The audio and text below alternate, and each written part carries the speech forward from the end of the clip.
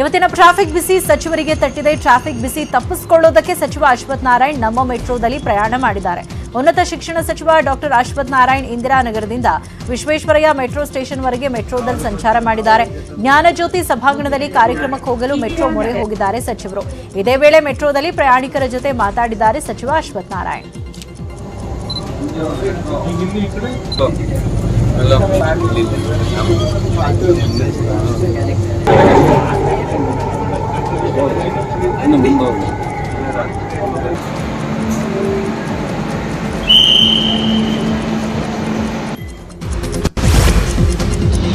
ಚಾಮರಾಜಪೇಟೆಯ ಈದ್ಗಾ ಮೈದಾನ ವಿವಾದದ ಬಳಿಕ ಪೊಲೀಸರು ಶಾಂತಿ ಸಭೆ ನಡೆಸಿದ್ದಾರೆ. ಸಭೆ ಬಳಿಕ central Muslim association general secretary Zainuddin ಮಾತಾಡಿ, ನಾವು ಶಾಂತಿ ಕಾಪಾಡುವಂತೆ ಹೇಳಿದ್ದೇವೆ. ನಮ್ಮ ಕರ್ತವ್ಯ ನಾವು ಮಾಡ್ತೇವೆ. 40 ವರ್ಷದಿಂದ ಅಣ್ಣ ತಮ್ಮಂದಿರ ಹಾಗಿದ್ದೇವೆ. ನಾವು ಯಾರಿಗೂ ಇವರಿಗೆ ಚಿಕ್ಕ ಮಕ್ಕಳಿದ್ರು ಕೂಡ ಮನೆಯಿಂದನೇ ತಿಂಗಳಿಗೆ 50,000 ಸಂಪಾದನೆ ಮಾಡ್ತಾರೆ. ಮನೆಯಿಂದನೇ ಕ್ಯಾಂಡಲ್ ಮೇಕಿಂಗ್ ಬಿಸ್ನೆಸ್ ಮಾಡಿ. ನೀವು ಕಲಿಬೇಕಾ? ನೀವು ಮಾಡ್ಬೇಕಾ? ಮತ್ತೆ ಆಗ್ತಡ ಫ್ರೀಡಮ್ ಆಪ್ ಅನ್ನ ಈಗಲೇ ಡೌನ್ಲೋಡ್ ಮಾಡಿ. ಕೊಟ್ಟಿಲ್ಲ, ಶಾಂತಿ ಭಂಗ ಮಾಡುವವರ ವಿರುದ್ಧ ಕ್ರಮಕ್ಕೆ ಆಗ್ರಹಿಸಿದ್ದೇವೆ. ಕಂದಾಯ ಇಲಾಖೆ ಹೇಳಿದ ಬಳಿಕ ಸ್ವಾತಂತ್ರ್ಯೋತ್ಸವದ ಬಗ್ಗೆ ನಿರ್ಧಾರ ಮಾಡ್ತೀವಿ ಅಂತ ಹೇಳಿದ್ದಾರೆ. ಮುಸ್ಲಿಂ ಮುಖಂಡ ಅಬ್ದುಲ್ ರಜಾಕ್ ಮಾತನಾಡಿ, ಶಾಂತಿ ಸಭೆಯಾಗಿದೆ, ಪೊಲೀಸರು ಶಾಂತಿ ಕಾಪಾಡುವಂತ ಹೇಳಿದ್ದಾರೆ. ಪ್ರಚೋದನಕಾರಿ ಹೇಳಿಕೆ ನೀಡಬೇಡಿ ಅಂತ ಹೇಳಿದ್ದಾರೆ. ಧ್ವಜಾರೋಹಣ ಮಾಡ್ತೇವೆ. ಸುಪ್ರೀಂ ಕೋರ್ಟ್ ಅಂತಿಮ ತೀರ್ಪಿನಂತೆ ಮಾಡ್ತೀವಿ. ಬಿಬಿಎಂಪಿ ಆದೇಶ ಒಪ್ಪಲ್ಲ. ಇಲ್ಲಿ ಧ್ವಜಾರೋಹಣ ನಾವು ಮಾಡ್ತೇವೆ ಎಂದಿದ್ದಾರೆ. ಇನ್ನು ಸ್ವತಃ ಕಂದಾಯ ಇಲಾಖೆ ಧ್ವಜಾರೋಹಣ ಮಾಡೋದಾದ್ರೂ ಸೆಂಟ್ರಲ್ ಮುಸ್ಲಿಂ ಅಸೋಸಿಯೇಷನ್ ವಿರೋಧ ಇದೆ. ಧ್ವಜಾರೋಹಣ ಮಾಡಬೇಕು, ಅದನ್ನು ನಾವು ಗಮನಿಸಿದ್ದೀವಿ. ಅದೇ ರೀತಿ ಪೊಲೀಸ್ ಇಲಾಖೆಯಿಂದ ನಾವು ಅವ್ರಿಗೆ ಏನು ಸೂಕ್ತ ಸಲಹೆ ಸೂಚನೆಗಳನ್ನು ಶಾಸಕ ಜಮೀರ್ ಈದ್ಗಾ ಮೈದಾನದಲ್ಲಿ ಗಣೇಶ ಹಬ್ಬ ಮಾಡಲು ಅವಕಾಶ ಕೊಡುವುದಿಲ್ಲ ಎಂಬ ವಿಚಾರದ ಬಗ್ಗೆ ದೆಹಲಿಯಲ್ಲಿ ಶಾಸಕ ರೇಣುಕಾಚಾರ್ಯ ಮಾತಾಡಿದ್ದಾರೆ. ಭಾರತದಲ್ಲಿರುವ ಇಂಚಿಂಚು ಸ್ವತ್ತು ಹಿಂದೂಗಳ ಸ್ವತ್ತು, ಇದೇನ್ ಪಾಕಿಸ್ತಾನನ ಬಾಂಗ್ಲಾದೇಶನ ಅಂತ ಪ್ರಶ್ನಿಸಿರುವ ಶಾಸಕ ರೇಣುಕಾಚಾರ್ಯ, ನೀನ್ ಯಾರಯ್ಯ ಜಮೀರ್ ಗುಜ್ರಿ, ನೀನು ಗಣೇಶನ ಹಬ್ಬ ಮಾಡಲಿಕ್ಕೆ ದೊಣ್ಣೆ ನಾಯಕನ ಅಪ್ಪಣೆ ಬೇಕಾ? ಇದು ಮುಸ್ಲಿಂ ಒಂದೇ ತಾಯಿ ಮಕ್ಕಳಂತೆ ಇರಬೇಕು. ಹಿಂದೂ ಮುಸ್ಲಿಂ ಸಾಮರಸ್ಯ ಇರಬೇಕು. ಕೆಲವರು ಸಂಘರ್ಷ ಮಾಡ್ಲಿಕ್ಕೆ ಹೊರಟಿದ್ದಾರೆ. ಜಮೀರ್ ಅಂತವರು ದೇಶ ದ್ರೋಹದ ಕೆಲಸ ಮಾಡ್ತಿದ್ದಾರೆ. ಗಣೇಶನ ಉತ್ಸವ ಮಾಡ್ಲಿಕ್ಕೆ ಯಾವ ದೊಣ್ಣೆ ನಾಯಕನ ಅಪ್ಪಣೆನೂ ಬೇಕಾಗಿಲ್ಲ ಅಂತ ಗುಡುಗಿದ್ದಾರೆ. ನೀನ್ ಯಾರಯ್ಯ ಜಮೀರ್ ಗುಜ್ರಿ, ನೀನು ದೊಣ್ಣೆ ನಾಯಕ ಅಪ್ಪಣೆ ಬೇಕಾ? ಅದು ಈದ್ಗಾ ಅದು ಇದು ಸೃಷ್ಟಿ ಮಾಡ್ತಾರಲ್ಲ, ನಾವಂತೇಳಿ ಹಿಂದೂ ಮುಸಲ್ಮಾನರು ಬದಲಾಗಬೇಕಂತ ಹೇಳಿದ್ರೆ ನಾವೆಲ್ಲ ಒಂದು ತಾಯಿ ಮಕ್ಕಳ ಬಾಳ್ಬೇಕು, ಸಾಮರಸ್ಯ ಇರಬೇಕು, ಸಂಘರ್ಷ ಇರಬಾರ್ದು. ಆದರೆ ಸಂಘರ್ಷ ಮಾಡಕ್ಕೆ ಹೊರಟಿದ್ದಾರೆ ಕೆಲವರು. ಗಣೇಶನ ಉತ್ಸವ ಮಾಡೋದಕ್ಕೆ ಯಾವ ದೊಣ್ಣೆ ನಾಯಕ ಅಪ್ಪಣೆ ಬೇಕಾಗಿಲ್ಲ. ಬೆಂಗಳೂರು ಮೈಸೂರು ರಾಷ್ಟ್ರೀಯ ಹೆದ್ದಾರಿ ಕಾಮಗಾರಿ ವಿಚಾರದಲ್ಲಿ ನಂಗೆ ತೃಪ್ತಿ ತಂದಿಲ್ಲ ಅಂತ ಮಂಡ್ಯ ಸಂಸದೆ ಸುಮಲತಾ ಆಕ್ರೋಶ ಹೊರಹಾಕಿದ್ದಾರೆ. 2-3 ವರ್ಷದಿಂದ ಈ ಬಗ್ಗೆ ಹೋರಾಟ ಮಾಡ್ತಿದ್ದೇನೆ. ಆವಾಗ ನನ್ನ ಮಾತನ್ನ ಯಾರು ತಲೆಗೆ ಹಾಕೊಂಡಿಲ್ಲ. ಈಗ ಎಲ್ಲರಿಗೂ ಗೊತ್ತಾಗ್ತಾ ಇದೆ ಎಲ್ಲೆಲ್ಲಿ ಅವೈಜ್ಞಾನಿಕವಾಗಿದೆ ಅಂತ. Under pass, service road, exit point ಯಾವುದು ಸರಿ ಇಲ್ಲ. ಒಂದ್ ಮಳೆ ಬಂದ ಮೇಲೆ ಎಲ್ರಿಗೂ ಅರ್ಥವಾಗ್ತಾ ಇದೆ. KRS ಡ್ಯಾಮ್ ಬಗ್ಗೆನೂ ನಾನು ಇದನ್ನೇ ಹೇಳ್ತೇನೆ. ಏನಾದ್ರೂ ಆದ್ಮೇಲೆ ಏನು ಮಾಡೋಕ್ಕಾಗಲ್ಲ. ಮೊದಲಿನಿಂದಲೇ ನಾವು ರೆಡಿ ಇರಬೇಕು ಅನ್ನೋದು ನನ್ನ ವಾದ. ಹೆದ್ದಾರಿ ಕಾಮಗಾರಿ ವಿಚಾರದ ಹೋರಾಟವನ್ನ ನಾನು ಇಲ್ಲಿಗೆ ನಿಲ್ಲಿಸಲ್ಲ ಅಂತ ಹೇಳಿದ್ದಾರೆ. 3 ವರ್ಷದಿಂದನೂ ನಾನು ಹೋರಾಟವನ್ನೇ ಮಾಡ್ಕೊಂಡು ಬರ್ತಾ ಇದ್ದೀನಿ. ಆವಾಗ ನನ್ನ ಮಾತು ಯಾರೂ ಅಷ್ಟು ತಲೆಗೆ ಹಾಕ್ಕೊಂಡಿಲ್ಲ. ಈಗ ಎಲ್ರಿಗೂ ಗೊತ್ತಾಗ್ತಿದೆ ಅದು ಎಲ್ಲೆಲ್ಲಿ ಅವೈಜ್ಞಾನಿಕವಾಗಿ ಆಗಿದೆಯೋ, ಎಲ್ಲೆಲ್ಲಿ ಸರಿಪಡಿಸ್ಬೇಕು, ಎಲ್ಲೆಲ್ಲಿ ಅಂಡರ್ ಪಾಸ್ಗಳ ಹತ್ರ ಅಥವಾ ಸರ್ವಿಸ್ ರೋಡ್ಗಳು, ಎಕ್ಸಿಟ್ಗಳು ಇವೆಲ್ಲ ಸರಿಯಾಗಿ ಆಗಿಲ್ವೋ ಅನ್ನೋದು ಒಂದು ಮಳೆ ಬಂದ ಮೇಲೆ ಎಲ್ರಿಗೂ ಅರ್ಥ ಆಗ್ತಿದೆ ನಾನು ಹೇಳಿದ್ದು ಮಾತನ್ನು. ಇದನ್ನೇ ನಾನು KRS ಡ್ಯಾಮ್ ಬಗ್ಗೆನೂ ಇದನ್ನೇ ಹೇಳ್ತೀನಿ. ಆದಮೇಲೆ ನಾವೇನೂ ಮಾಡೋಕ್ಕಾಗಲ್ಲ, ಮೊದಲಿಂದ ನಾವು ಪ್ರಿಪೇರ್ಡ್ ಆಗಬೇಕು ಅನ್ನೋದನ್ನು ನನ್ನ. ವಿಜಯಪುರ ವಿಮಾನ ನಿಲ್ದಾಣ ಕಾಮಗಾರಿ ಪರಿಶೀಲಿಸಿ ಸಚಿವ ಉಮೇಶ್ ಕತ್ತಿ ಗರಂ ಆಗಿದ್ದಾರೆ. ನವೆಂಬರ್-ಡಿಸೆಂಬರ್ ವೇಳೆಗೆ ವಿಮಾನ ನಿಲ್ದಾಣ ಕಾಮಗಾರಿ ಪೂರ್ಣ ಮಾಡ್ತೀವಿ ಅಂತ ಕಾರ್ಯನಿರ್ವಾಹಕ ಅಭಿಯಂತರರ ಮೇಲೆ ಕೋಪಾಗ್ನಿ ಪ್ರದರ್ಶನ ಮಾಡಿರುವ ಸಚಿವರು, ಕೆಲಸ ಮಾಡಿದ್ರೆ ಹೂಮಾಲೆ ಹಾಕ್ತೀನಿ, ಇಲ್ಲ ಅಂದ್ರೆ ಬೂಟಿನಿಂದ ಹೊಡಿತೀನಿ ಅಂತ ಹೇಳಿದ್ದಾರೆ. ನಾನು ಮಾರ್ಚ್ ತಿಂಗಳೊಳಗೆ ಮುಗಿಸಿ ಅಂತ ಹೇಳಿದ್ದೀನಿ. ಡಿಸೆಂಬರ್ಗೆ ಮಾಡಿದ್ರೆ ನಾನೇ ಬಂದು ಮಾಲೆ ಹಾಕ್ತೀನಿ, ಇಲ್ಲ ಅಂದ್ರೆ ಬೂಟಲ್ಲೇ ಹೊಡೆಯುವವನು ನಾನು ಅಂತ ಹೇಳಿದ್ದಾರೆ. ಡಿಸೆಂಬರ್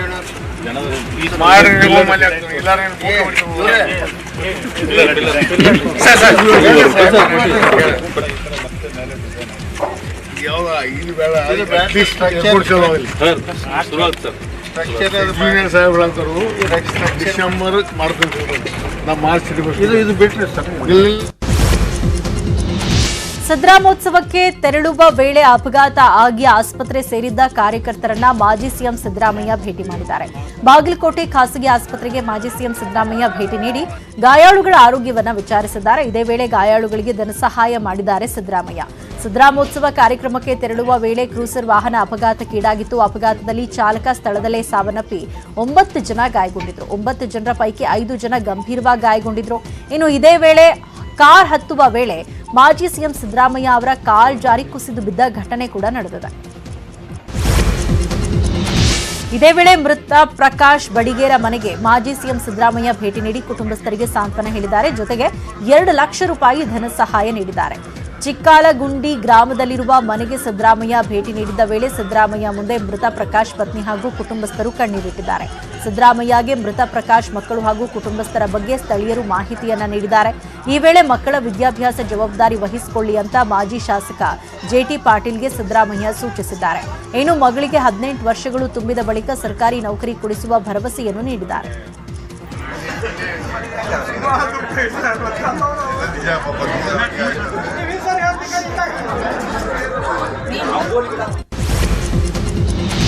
ಬಿಜೆಪಿ ಮುಖಂಡ ಪ್ರವೀಣ್ ನೆಟ್ಟಾರು ಹತ್ಯೆ ಪ್ರಕರಣದ ತನಿಖೆ ಬಗ್ಗೆ ಹಿರಿಯ ಪೊಲೀಸ್ ಅಧಿಕಾರಿಗಳು ಮಹತ್ವದ ಸಭೆಯನ್ನ ಮಾಡಿದ್ದಾರೆ. ಎಡಿಜಿಪಿ ಅಲೋಕ್ ಕುಮಾರ್ ಅಧ್ಯಕ್ಷತೆಯಲ್ಲಿ ನಡೆದ ಸಭೆಯಲ್ಲಿ ಬಿಜೆಪಿ ಮುಖಂಡ ಪ್ರವೀಣ್ ಹತ್ಯೆ ಪ್ರಕರಣದ ಕುರಿತಂತೆ ಚರ್ಚೆ ನಡೆಸಲಾಗಿದೆ. ಎನ್ಐಎ ಅಧಿಕಾರಿಗಳು, ಮಂಗಳೂರು ಪೊಲೀಸ್ ಕಮಿಷನರ್, 6 ಜಿಲ್ಲೆಯ ಪೊಲೀಸ್ ವರಿಷ್ಠಾಧಿಕಾರಿಗಳು ಸಭೆಯಲ್ಲಿ ಭಾಗಿಯಾಗಿದ್ದರು. ಸಭೆಯ ಬಳಿಕ ಮಾಧ್ಯಮಗಳಿಗೆ ಮಾಹಿತಿ ನೀಡಿದ ಎಡಿಜಿಪಿ ಪ್ರಮುಖ ಆರೋಪಿಗಳಿಗಾಗಿ ಶೋಧ ನಡೆಸ್ತಾ ಇದ್ದಾರೆ. ಪ್ರವೀಣ್ ಮೇಲೆ ಅಟ್ಯಾಕ್ ಮಾಡಿದ 3ರನ್ನ ಹುಡುಕುವ ಕೆಲಸ ಮಾಡಲಾಗ್ತಾ ಇದೆ. ಆದಷ್ಟು ಬೇಗ 3ರನ್ನ ಬಂಧಿಸಲಾಗುವುದು. ಈ ಬಗ್ಗೆ ಪೊಲೀಸರಿಗೆ ನಿರ್ದೇಶನಗಳನ್ನ ನೀಡಲಾಗಿದೆ ಅಂತ ಹೇಳಿದರು. ಏನಿದೆ ಎನ್ಐಎನವರು ಕೂಡ ನಮ್ಮ ಜೊತೆಗೆ ತನಿಖೆ ಈಗ ಮಾಡ್ತಾ ಇದ್ದಾರೆ. ಈಗ ನಾವು ಕೆಲವು ಇನ್ನು 3 ಜನ ಅವರು ಆರೋಪಿಗಳು ಯಾರು ಈಗ ಅಟ್ಯಾಕ್ ಮಾಡಿದರೆ ಅವರು ನಮಗೆ ಇನ್ನೂ ಸಿಗಬೇಕು. ಅದರ ಸಲುವಾಗಿ ಅಧಿಕಾರಿಗಳಿಗೆ ನಾವು ನಿರ್ದೇಶನ ನೀಡಿದ್ದೀವಿ. ಆದಷ್ಟು ಬೇಗನೆ ಅವರು ಪತ್ತೆ ಮಾಡಬೇಕು. ಮತ್ತು ಎನ್ಐಎ ಜೊತೆಗೆ ಅವರು ಎನ್ಐಎ ಅಧಿಕಾರಿಗಳು ಕೂಡ ಎಲ್ಲೇ ಇದ್ದಾರೆ, ಅವರು ನಮ್ಮ ಜೊತೆಗೆ ಅವರು ತನಿಖೆ ಅವರು. ರಾಜ್ಯದಲ್ಲೂ ಜಾರಿಯಾಗುತ್ತಾ ಯುಪಿ ಮಾಡೆಲ್ ರೂಲ್ಸ್ ಜಾರಿಯಾಗೋ ಸುಳಿವು ಸಿಕ್ಕಿದೆ. ಪ್ರವೀಣ್ ಹತ್ಯೆ ಆರೋಪಿಗಳ ಆಸ್ತಿ ಮುಟ್ಟುಗೋಲು ಹಾಕಿಕೊಳ್ಳಲು ಪ್ರಕ್ರಿಯೆಗಳು ನಡೀತಾ ಇದೆ ಅಂತ ಎಡಿಜಿಪಿ ಅಲೋಕ್ ಕುಮಾರ್ ಮಾಹಿತಿ ನೀಡಿದ್ರು. ಎನ್ಐಎ ಅಧಿಕಾರಿಗಳ ಜೊತೆ ಈ ಕೆಲಸ ಮಾಡ್ತೀವಿ ಅಂತ ಹೇಳಿದ್ರು. ಇನ್ನು ಕೆಲವು ಆರೋಪಿಗಳಿಗೆ ಪಿಎಫ್ಐ ಲಿಂಕ್ನ ಶಂಕೆ ಇರಬಹುದು ಅಂತ ಎಡಿಜಿಪಿ ಅಲೋಕ್ ಕುಮಾರ್ ಮಾಹಿತಿ ನೀಡಿದ್ರು. ಆರೋಪಿಗಳ ಪಿಎಫ್ಐ ಲಿಂಕ್ ಬಗ್ಗೆ ತನಿಖೆ ಆಗ್ತಾ ಇದೆ. ಈಗಾಗಲೇ ಕೇರಳ ಲಿಂಕ್ ಇರುವ ಬಗ್ಗೆ ಹೇಳಲು ಸಾಧ್ಯ ಇಲ್ಲ. ಈಗಲೇ ಬಂಧನವಾಗಿರುವ 7 ಮಂದಿಯೂ ಸ್ಥಳೀಯರಾಗಿದ್ದಾರೆ ಅಂತ ಹೇಳಿದ್ರು. ಕೊಲೆಗೆ ಎಲ್ಲಿಂದ ನಿರ್ದೇಶನ ಬಂದಿದೆ ಅಂತ ತನಿಖೆ ನಡೀತಾ ಇದೆ ಅಂತ ಹೇಳಿದ್ರು. ವಾರೆಂಟ್ ನಾವು ಇಶ್ಯೂ ಮಾಡಿಕೊಂಡು ಮತ್ತು ಅವ್ರದ್ದು ಆಸ್ತಿಗೆಲ್ಲ ಮುಟ್ಟುಗೋಲು ಮಾಡೋದು ಅಥವಾ ಬೇರೆ ಬೇರೆ ಏನು ಪ್ರಕ್ರಿಯೆ ಇದೆ ಅದು ಎಲ್ಲ ಮಾಡಲಿಕ್ಕೆ ನಾವು ಏರ್ಪಾಡು ಮಾಡ್ತೀವಿ. ಇದರ ಬಗ್ಗೆ ನಮ್ಮ ಅಧಿಕಾರಿಗಳ ಜೊತೆಗೆ ಇವತ್ತು ನಾವು ಚರ್ಚೆ ಮಾಡ್ತೀವಿ. ಇದು ಪ್ಲ್ಯಾನ್ಡ್ ಅಟ್ಯಾಕ್ ಇದು ಇತ್ತು.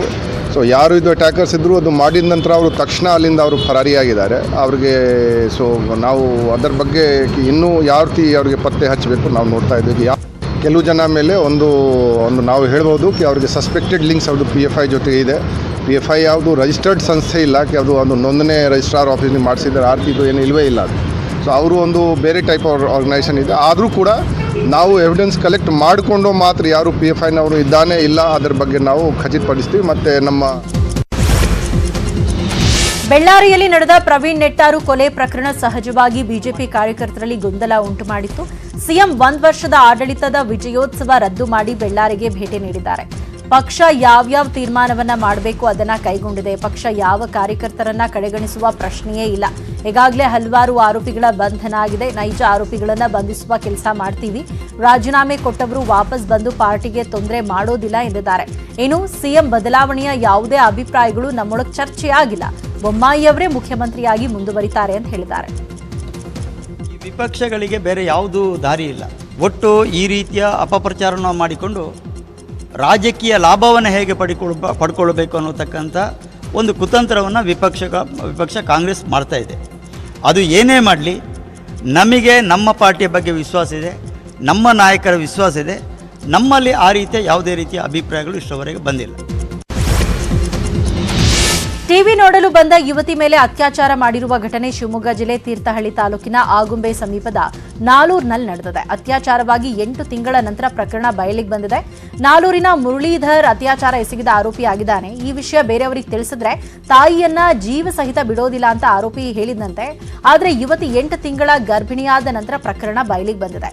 BA ಓದ್ತಾ ಇದ್ದ ನಾಲೂರಿನ ಯುವತಿ ಇದೀಗ ದೂರು ನೀಡಿದ್ದು ಆರೋಪಿಯನ್ನ ಬಂಧಿಸಿದ್ದಾರೆ. ಶಿವಮೊಗ್ಗದ ಲಿಂಗನಮಕ್ಕಿ ಜಲಾಶಯಕ್ಕೆ ಕೆಪಿಸಿ ಇಂಜಿನಿಯರ್ಸ್ ಹಾಗೂ ಅಧಿಕಾರಿಗಳು ಬಾಗಿನ ಸಲ್ಲಿಸಿದ್ದಾರೆ. ಶರಾವತಿ ನದಿಗೆ ಬಾಗಿನ ಸಮರ್ಪಿಸಿದ್ದಾರೆ.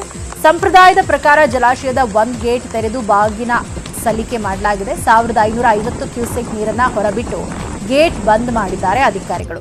ಈಗಾಗಲೇ 77% ತುಂಬಿರುವ ಲಿಂಗನಮಕ್ಕಿ ಜಲಾಶಯ ನಿರಂತರ ಮಳೆಯಿಂದ 2-3 ದಿನಗಳಲ್ಲಿ 85% ಜಲಾಶಯ ಭರ್ತಿಯಾಗಿದೆ. ಲಿಂಗನಮಕ್ಕಿ ಜಲಾಶಯಕ್ಕೆ 51,250 ಒಳಹರಿವಿದ್ದು ಸದ್ಯ 1819 ಅಡಿ ಇರುವ ಲಿಂಗನಮಕ್ಕಿ ಜಲಾಶಯ 1807.7 ಅಡಿ ಭರ್ತಿಯಾಗಿದೆ. ಸುಪ್ರೀಂ ಕೋರ್ಟ್ನ 49ನೇ ಸಿಜೆಐ ಆಗಿ ಉದಯ್ ಉಮೇಶ್ ಲಲಿತ್ ನೇಮಕ ಮಾಡಿ ಅಧಿಕೃತ ಆದೇಶ ಹೊರಡಿಸಲಾಗಿದೆ. ಆಗಸ್ಟ್ 27ರಂದು ಜಸ್ಟಿಸ್ ಯುಯು ಲಲಿತ್ ಪ್ರಮಾಣ ವಚನ ಸ್ವೀಕಾರ ಮಾಡಲಿದ್ದಾರೆ. ವಿಶೇಷ ಅಂದ್ರೆ ನಿವೃತ್ತಿಗೆ ಕೇವಲ 74 ದಿನಗಳು ಮಾತ್ರ ಬಾಕಿ ಇದ್ದು ಕಡಿಮೆ ಅವಧಿಗೆ ಯುಯು ಲಲಿತ್ ಸಿಜೆಐ ಆಗಿ ಕಾರ್ಯನಿರ್ವಹಿಸಲಿದ್ದಾರೆ. ಕೇರಳ ದೇವಸ್ವಯಂ ಬೋರ್ಡ್ ಕೇಸ್, ಟ್ರಿಪಲ್ ತಲಾಕ್ ಸೇರಿದಂತೆ ಪ್ರಮುಖ ಕೇಸ್ಗಳಲ್ಲಿ ಮಹತ್ವದ ತೀರ್ಪು ಕೊಟ್ಟಿದ್ದ ಜಸ್ಟಿಸ್ ಯುಯು ಲಲಿತ್ ಸಿಜೆಐ ಆಗಿ ನೇಮಕವಾಗಿದ್ದಾರೆ. ಸಿಎಂ ಬದಲಾವಣೆ ವದಂತಿ ಮಧ್ಯೆ ಯಡಿಯೂರಪ್ಪ ಜಗದೀಶ್ ಶೆಟ್ಟರ್ ಮಹತ್ವದ ಚರ್ಚೆ ನಡೆಸಿದ್ರು. ಕಾವೇರಿ ನಿವಾಸದಲ್ಲಿ ಸುಮಾರು 15 ನಿಮಿಷ ಚರ್ಚೆ ಮಾಡಿದ್ರು. ಬಳಿಕ ಮಾತಾಡಿದ ಮಾಜಿ ಸಿಎಂ ಯಡಿಯೂರಪ್ಪ, ಸಿಎಂ ಬೊಮ್ಮಾಯಿ ಬದಲಾವಣೆ ಇಲ್ಲ, ಅವರು ಅವಧಿ ಪೂರ್ಣಗೊಳಿಸುತ್ತಾರೆ, ಮತ್ತೆ ಕಾಂಗ್ರೆಸ್ ಅಧಿಕಾರಕ್ಕೆ ಬರೋದಿಲ್ಲ, ಮತ್ತೆ ಬಿಜೆಪಿಯೇ ಅಧಿಕಾರಕ್ಕೆ ಬರುತ್ತೆ ಅಂತ ಹೇಳಿದ್ರು. ಸತ್ಯಾಂಶ ಇಲ್ಲ.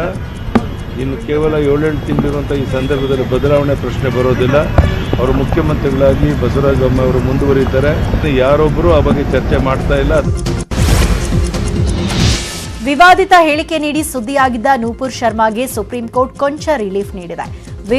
ದೇಶದ ವಿವಿಧೆಡೆ ದಾಖಲಾಗಿದ್ದ ಎಲ್ಲ ಎಫ್ಐಆರ್ಗಳನ್ನು ದೆಹಲಿಗೆ ವರ್ಗಾಯಿಸುವಂತೆ ಸೂಚನೆ ನೀಡಿದೆ. ಅಲ್ಲದೆ ಎಲ್ಲ ಎಫ್ಐಆರ್ಗಳನ್ನು ಸೇರಿಸಿ ಒಂದು ಎಫ್ಐಆರ್ ಮಾಡಬೇಕು. ಜೊತೆಗೆ ಕೇಸ್ ತನಿಖೆಯನ್ನ ದೆಹಲಿ ಪೊಲೀಸರೇ ನಡೆಸಬೇಕು ಅಂತ ಹೇಳಿದೆ. ಜೊತೆಗೆ ಎಫ್ಐಆರ್ ರದ್ದು ಕೋರಿ ಹೈಕೋರ್ಟ್ ಮೊರೆ ಹೋಗಲು ಸುಪ್ರೀಂ ಕೋರ್ಟ್ ಅವಕಾಶ ಕೊಟ್ಟಿದೆ. ದಲಿತ ಸಿಎಂ ವಿಚಾರದಲ್ಲಿ ಚಾಮರಾಜನಗರದಲ್ಲಿ ಮಾಜಿ ಸಚಿವ ಎಚ್.ಸಿ. ಮಹದೇವಪ್ಪ ಮಾತಾಡಿದ್ದಾರೆ. ಮುಖ್ಯಮಂತ್ರಿ ಎಂಬುದು ಯಾವುದೇ ಜಾತಿಯ ಹುದ್ದೆಯಲ್ಲ, ಅದು ಸಾಂವಿಧಾನಿಕ ಹುದ್ದೆ ಎಂದಿದ್ದಾರೆ. ಮಾಜಿ ರಾಜ್ಯಪಾಲ ದಿವಂಗತ ಬಿ. ರಾಚಯ್ಯ ಅವರ ಜನ್ಮ ಶತಮಾನೋತ್ಸವ ಕಾರ್ಯಕ್ರಮದಲ್ಲಿ ಮಾತಾಡಿದ ಮಹದೇವಪ್ಪ, ಇವತ್ತು ರಾಜಕೀಯ ಪಕ್ಷಗಳು, ಮುಖಂಡರು ದಲಿತ ಮುಖ್ಯಮಂತ್ರಿ ಬಗ್ಗೆ ಮಾತನಾಡುತ್ತಿದ್ದಾರೆ. ಬಿ. ರಾಚಯ್ಯ ಮುಖ್ಯಮಂತ್ರಿ ಆಗಬೇಕೆಂದು 1987ರಲ್ಲಿ ಶಾಸಕಾಂಗ ಸಭೆಯಲ್ಲೇ ಹೇಳಿದೆ. ಆದರೆ ಶಾಸಕಾಂಗ ಸಭೆಯಲ್ಲಿದ್ದ ಯಾರೂ ಸಹ ದನಿಗೂಡಿಸಲಿಲ್ಲ. ದಲಿತ ಶಾಸಕರೇ 27 ಮಂದಿ ಇದ್ರೂ ಸಹ ದನಿಗೂಡಿಸಲಿಲ್ಲ. 58 ಮಂದಿ ದೇವೇಗೌಡರ ಪರ ಕೈ ಎತ್ತಿದ್ರು ಅಂತ ಹೇಳಿದ್ದಾರೆ. ಮುಖ್ಯಮಂತ್ರಿ ಆಗಲು ಯೋಗ್ಯತೆ ಮತ್ತು ಸಾಮರ್ಥ್ಯ ಇರಬೇಕು. ಆ ಯೋಗ್ಯತೆ ಮತ್ತು ಸಾಮರ್ಥ್ಯ ಬಿ. ರಾಚಯ್ಯ ಅವರಿಗಿತ್ತು. ಆದರೂ ಅವರಿಗೆ ಮುಖ್ಯಮಂತ್ರಿ ಸ್ಥಾನ ತಪ್ಪಿಸಲಾಯಿತು ಅಂತ ಹೇಳಿದ್ರು.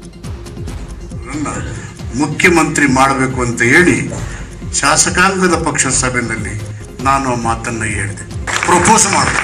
ದುರದೃಷ್ಟ ಯಾರೂ ಕೂಡ ಅದನ್ನು ಸೆಕೆಂಡ್ ಮಾಡಿದೆ. ದಲಿತರು 27 ಜನ ಇದ್ರು, ದೇವೇಗೌಡರು ಬಂದ್ರು, ಅವ್ರಿಗೆ 58 ಓಟ್ ಬಂತು. ಆ 58 ಓಟ್ ಇಲ್ಲಿ ಬಂದಿದ್ರೆ ಕತೆ ಬೇರೆ. ಅದು ಇವತ್ತು ನೋಡಿ. ಮೈಸೂರು ದಸರಾಗೆ ದಿನಗಣನೆ ಶುರುವಾಗಿದೆ. ದಸರಾ ಹಿನ್ನೆಲೆ ಮೊದಲ ಹಂತದಲ್ಲಿ ಅಭಿಮನ್ಯು ನೇತೃತ್ವದಲ್ಲಿ 9 ದಸರಾ ಆನೆಗಳು ಅರಮನೆಗೆ ಬಂದಿವೆ. ಅರಣ್ಯ ಭವನದಿಂದ 3.5 ಕಿಲೋಮೀಟರ್ ಕಾಲ್ನಡಿಗೆ ಮೂಲಕ ಆನೆಗಳು ಅರಮನೆಗೆ ಆಗಮಿಸಿದ್ವು. ಅರಮನೆ ಆಡಳಿತ ಮಂಡಳಿ ವತಿಯಿಂದ ಸಾಂಪ್ರದಾಯಿಕವಾಗಿ ಪೂಜೆ ಸಲ್ಲಿಸಲಾಯಿತು. ಜಿಲ್ಲಾ ಉಸ್ತುವಾರಿ ಸಚಿವ ಎಸ್.ಟಿ. ಸೋಮಶೇಖರ್, ಶಾಸಕ ರಾಮದಾಸ್ ಪೂಜೆಯಲ್ಲಿ ಭಾಗವಹಿಸಿದರು.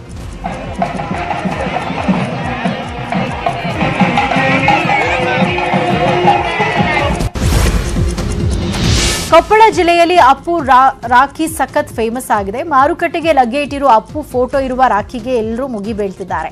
ಕೊಪ್ಪಳ ಜಿಲ್ಲೆ ಕುಷ್ಟಗಿ ಪಟ್ಟಣದಲ್ಲಿ ಅಪ್ಪು ರಾಖಿಗೆ ಬೇಡಿಕೆ ಹೆಚ್ಚಾಗಿದ್ದು ಅಪ್ಪು ಭಾವಚಿತ್ರ ಇರೋ ರಾಖಿಯನ್ನ ಹೆಚ್ಚೆಚ್ಚು ಖರೀದಿ ಮಾಡುತ್ತಿದ್ದಾರೆ. ಈಗಾಗಲೇ 3,000 ರಾಖಿ ಮಾರಾಟ ಆಗಿದೆ ಅಂತ ಅಂಗಡಿ ಮಾಲೀಕರು ಹೇಳಿದ್ದಾರೆ.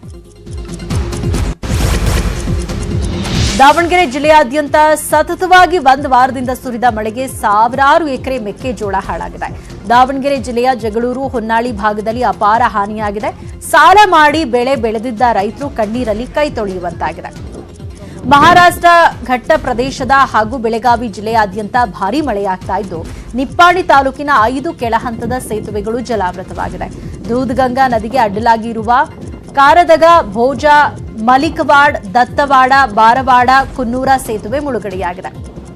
ತುಂಗಭದ್ರಾ ಜಲಾಶಯದಿಂದ 1,70,000 ನೀರು ಕ್ಯೂಸೆಕ್ ಅನ್ನ ಬಿಡುಗಡೆ ಮಾಡಿರುವ ಹಿನ್ನೆಲೆಯಲ್ಲಿ ಹುಲಿಗೆಮ್ಮ ದೇವಸ್ಥಾನಕ್ಕೆ ಪ್ರವಾಹದ ಭೀತಿ ಎದುರಾಗಿದೆ.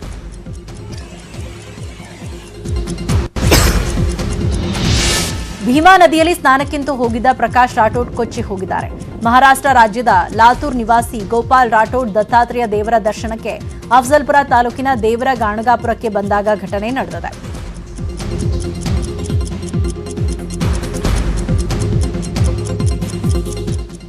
ತುಂಗಭದ್ರಾ ಜಲಾಶಯದಿಂದ ಅಪಾರ ಪ್ರಮಾಣದ ನೀರನ್ನು ಬಿಡುಗಡೆ ಮಾಡಿರೋ ಹಿನ್ನೆಲೆಯಲ್ಲಿ ನಡುಗಡ್ಡೆಯಲ್ಲಿ 10ಕ್ಕೂ ಹೆಚ್ಚು ರೈತರು ಸಿಲುಕಿ ಪರದಾಡಿದ್ರು.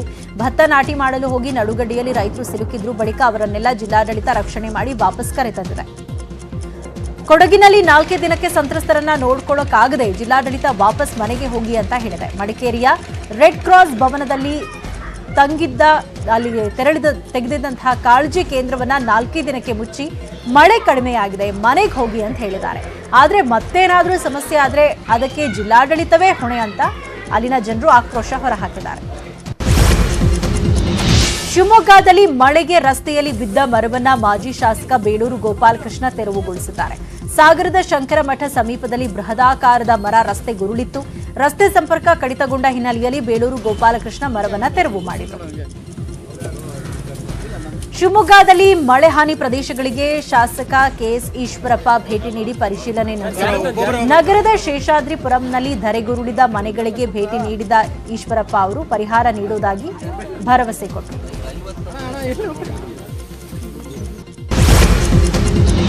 ಶ್ರೀ ಗುರು ರಾಘವೇಂದ್ರ ಸ್ವಾಮಿಗಳ 351ನೇ ಆರಾಧನಾ ಮಹೋತ್ಸವಕ್ಕೆ ವಿದ್ಯುಕ್ತ ಚಾಲನೆ ನೀಡಲಾಗಿದೆ. ಮಂತ್ರಾಲಯ ರಾಯರ ಮಠದ ಪೀಠಾಧಿಪತಿ ಸುಬುಧೇಂದ್ರ ತೀರ್ಥ ಸ್ವಾಮಿಗಳು ಚಾಲನೆ ನೀಡಿದ್ದಾರೆ. ಆಗಸ್ಟ್ 10ರಿಂದ 16ರವರೆಗೆ 7 ದಿನಗಳ ಕಾಲ ನಡೆಯಲಿರುವ ಆರಾಧನಾ ಮಹೋತ್ಸವದಲ್ಲಿ ಸಪ್ತರಾತ್ರೋತ್ಸವರಾಗಿ ರಾಯರ ಆರಾಧನೆ ನಡೆಯಲಿದೆ. ಉತ್ತರ ಪ್ರದೇಶದ ಆಜಂಗಢದಲ್ಲಿ ಶಂಕಿತ ಐಸಿಸ್ ಉಗ್ರನ ಬಂಧನವಾಗಿದೆ. 75ನೇ ಸ್ವಾತಂತ್ರ್ಯ ದಿನಾಚರಣೆಯಂದು ದಾಳಿ ಮಾಡಲು ಶಾಬುದ್ದೀನ್ ಪ್ಲಾನ್ ಮಾಡಿದ್ದ ಎನ್ನಲಾಗಿದ್ದು, ಆರ್ಎಸ್ಎಸ್ ನಾಯಕರನ್ನ ಟಾರ್ಗೆಟ್ ಮಾಡಿ ಭೀಕರ ದಾಳಿ ಮಾಡಲು ಸಂಚು ರೂಪಿಸಿದ್ದ ಅಂತ ಎನ್ಐಎ ಮೂಲಗಳು ಹೇಳಿವೆ. ಸದ್ಯ ಎನ್ಐಎ ಅಧಿಕಾರಿಗಳು ಈತನನ್ನ ವಶಕ್ಕೆ ಪಡೆದು ತೀವ್ರ ವಿಚಾರಣೆ ಮಾಡುತ್ತಿದ್ದಾರೆ. ಮಹಾರಾಷ್ಟ್ರದ ಮುಂಬೈನಲ್ಲಿ ಭಾರೀ ಪ್ರಮಾಣದ ಮಳೆಯಾಗಿದೆ. ಮಳೆಯಿಂದ ರಸ್ತೆಗಳೇ ಹೊಳೆಯಂತಾಗಿ ಮಾರ್ಪಟ್ಟಿದೆ. ವಾಹನ ಸವಾರರು ರಸ್ತೆಯಲ್ಲಿ ಹೋಗಲಾರದೆ ಪರದಾಡಿದರು. ಕನ್ನಡದಲ್ಲೀಗ ವಿಭಿನ್ನ ಶೀರ್ಷಿಕೆಯ ಹೊಸ ಸಿನಿಮಾಗಳು ಬಂದಿದೆ. ಈಗ ದಿ ಎಂಡ್ಲೆಸ್ ಒನ್ ಭಗವಾನ್ ಶ್ರೀ ನಿತ್ಯಾನಂದ ಎಂಬ ಹೆಸರಿನ ಹೊಸ ಸಿನಿಮಾ ಒಂದು ಬರ್ತಾ ಇದೆ. ಬೆಂಗಳೂರಿನಲ್ಲಿರುವ ಅವಧೂತ ವಿನಯ್ ಗುರೂಜಿ ಆಶ್ರಮದಲ್ಲಿ ವಿನಯ್ ಗುರೂಜಿ ಚಿತ್ರದ ಮೋಷನ್ ಪೋಸ್ಟರ್ ಹಾಗೂ ಟೈಟಲ್ ರಿವೀಲ್ ಮಾಡಿ ಚಿತ್ರತಂಡಕ್ಕೆ ಶುಭ ಕೋರಿದರು. ಅಣ್ಣಾವ್ರ ಮೊಮ್ಮಗ ಧೀರನ್ ರಾಮ್ಕುಮಾರ್ ಸ್ಯಾಂಡಲ್ವುಡ್ಗೆ ಎಂಟ್ರಿ ಕೊಡೋಕೆ ವೇದಿಕೆ ಸಿದ್ಧವಾಗಿದೆ. ಶಿವ 143 ಚಿತ್ರದ ಮೂಲಕ ಬಣ್ಣ ಹಚ್ಚಿರುವ ಧೀರನ್ ಆಗಸ್ಟ್ 26ಕ್ಕೆ ಅದೃಷ್ಟ ಪರೀಕ್ಷೆಗೆ ಸಿದ್ಧವಾಗಿದ್ದು, ಧೀರನ್ ಪಾತ್ರದ ಇಂಟ್ರೊಡಕ್ಷನ್ ಟೀಸರ್ ಅನ್ನ ಅಶ್ವಿನಿ ಪುನೀತ್ ರಾಜ್ಕುಮಾರ್ ಲಾಂಚ್ ಮಾಡಿದ್ದಾರೆ. ಇದಿಷ್ಟು ಸದ್ಯದ ನ್ಯೂಸ್ ಅಪ್ಡೇಟ್ಸ್. ನೋಡ್ತಾ ಇರಿ ನ್ಯೂಸ್ 18 ಕನ್ನಡ. ಜಾಲ ನಮ್ಮದು, ಬಲ ನಿಮ್ಮದು.